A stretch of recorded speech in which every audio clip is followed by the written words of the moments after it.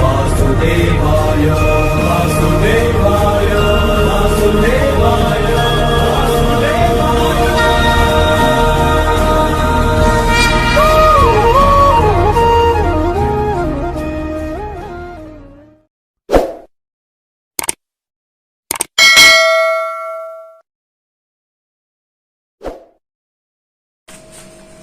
జయ శ్రీమన్నారాయణ. శ్రీ గురుభ్యో నమః. అయితే శ్రీరామ నవమి అని చెప్పారంటే ముందుగా తెలుసుకుందాము. స్వామి శ్రీరామచంద్రమూర్తి యొక్క జననం గురించి ముందుగా తెలుసుకుందాము. అయితే ఆయన అవతారం అంటే మహావిష్ణువు యొక్క 7వ అవతారము. ఇది త్రేతాయుగములో జరిగింది. అయితే అయోధ్య రాజు అయిన దశరథ మహారాజుకి ముగ్గురు భార్యలు ఒకరైన కౌసల్య, తర్వాత సుమిత్ర, తర్వాత కైకేయి. అయితే వీరికి ముగ్గురికి ఎవరికి గాని ఇందులో సంతానం అనేది లేదు.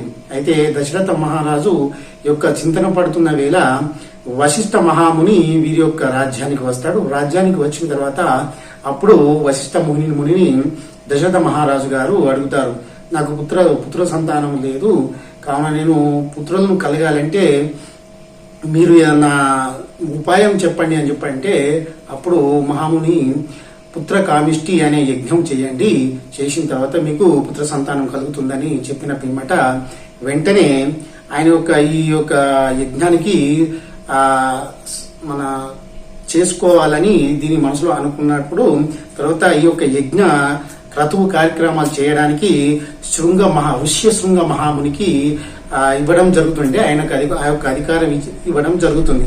జరిగినప్పుడు ఆ యొక్క ఋష్యశృంగ మహాముని ఈ యొక్క యజ్ఞాన్ని నిర్వహించినప్పుడు అప్పుడు ఆ యజ్ఞం చేసినప్పుడు ఆ యజ్ఞ గుండంలోంచి అగ్నిదేవుడు బయటకు వచ్చి వీరికి ఒక కడవ లాంటి ఒక అమృతం లాంటి అది ఇస్తాడు, పాయసం లాంటిది. ఇచ్చిన తర్వాత మీ భార్యలకు ఇవ్వండి అని చెప్పని ఇవ్వగానే ఇది తీసుకొని కౌశల్యకు కొంచెం ఇచ్చి తర్వాత అది కైకేయికి ఇస్తారు. ఇచ్చిన తర్వాత మళ్ళీ ఆ యొక్క సుమిత్రకు ఇవ్వడం జరుగుతుంది. ఇలా మిగిలిన అంచో రెండింటిని సగం మిగిలిన తర్వాత చివరికి సుమిత్ర గారికి ఇస్తారు. ఇచ్చిన తర్వాత వీరు 12 మాసాలు గర్భం దాల్స్తారు. 12 అంటే మనం ఈ కలియుగంలో నవమాసాలు మోస్తాము, కానీ త్రేతాయుగంలో మాత్రము 12 మాసాలు మోసి అప్పుడు ఇది ఎప్పుడు అని చెప్పంటే వసంత ఋతువు చైత్రమాసము. ఎప్పుడంటే చైత్రమాసము శుక్లపక్షము పునర్వసు నక్షత్రము కర్కాటక లగ్నమందు ఇది అభిజిత్ కాలం అంటే మధ్యాహ్నం 12 గంటలకు ఈ యొక్క ఈ చంద్రమూర్తి ఆయన యొక్క ఆవిర్భావం అనేది జరుగుతుంది. ఏది కర్కాటక లగ్నమందు నవమి తిథి రోజు మధ్యాహ్నం 12 గంటలకు ఆయన యొక్క జననము జరుగుతుంది. తర్వాత ఎవరు మనకు లక్ష్మణస్వామి, తర్వాత భరతులు వీరి యొక్క జన్మ కూడా జరుగుతుంది. జరిగినప్పుడు అయితే శ్రీరామచంద్రమూర్తి ఆయన వనవాసం చేస్తాడు. వనవాసం చేసిన తర్వాత అక్కడ యొక్క మన సీతమ్మ తల్లిని ఆయన తీసుకెళ్లి ఎవరు మన రావణాసురుడు తీసుకెళ్లినప్పుడు ఆయన వధ చేసి అమ్మవారిని తీసుకొని వస్తాడు. రాజ్యానికి వచ్చినప్పుడు పట్టాభిషేకం కూడా చేయడం ఎప్పుడు ఏ తిథి నాడంటే వసంత ఋతువు చైత్రమాసం శుక్లపక్షం నవమి తిథి రోజు మాత్రమే పట్టాభిషేకం చేస్తారు.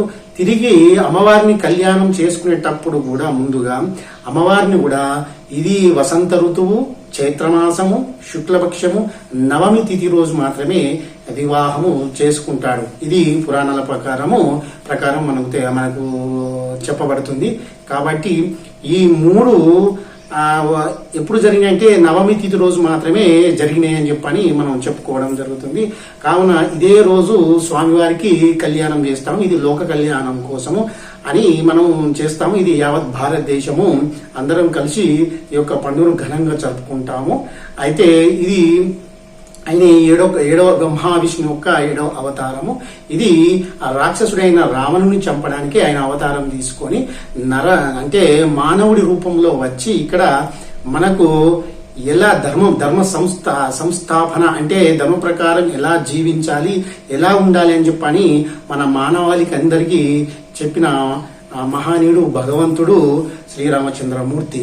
కావున ఈ రోజు మనకు మీరు ఈ శ్రీరామ నవమి రోజు ఏ రోజు అయితే ఉందో ఆ రోజు మీరు ఉదయాన్నే లేచి మీరు మీ ఇంటిని శుభ్రంగా చేసుకొని మంచి పచ్చ తోరణాలతోటి మీ ఇంట్లో ఎవరికైతే వివాహం జరుగుతుందో, మన సొంత బంధువులకు రిలేషన్స్ జరుగుతుందో, అదే విధంగా మీ ఇంటిని అలంకరించుకొని పూజా మందిరాన్ని అలంకరించుకొని పూజలు చేసుకున్న తర్వాత మీరు ఉదయమే అక్కడికి మీ దగ్గరలో ఉన్న దేవాలయానికి వెళ్ళాలి.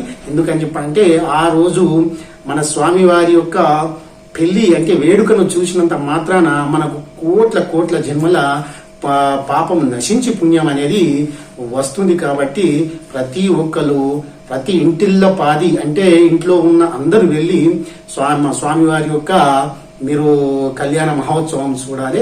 ఇది వసంత నవరాత్రులు అని కూడా చేస్తారు. అంటే 9 నవరాత్రులలో కూడా ఈ యొక్క ఉత్సవాలు అనేది జరుపుకుంటారు.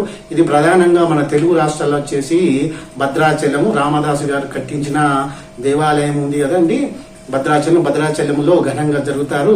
ఇది మన రాష్ట్ర ముఖ్యమంత్రి గారు కూడా ఇది పట్టు వస్త్రాలు స్వామివారికి అమ్మవారికి ఇది బంగారు ఆభరణాలు కానీ తీసుకొని వెళ్ళి ఇవ్వడం జరుగుతుంది. ఇది ఆనవాయితీగా వస్తున్న పద్ధతి.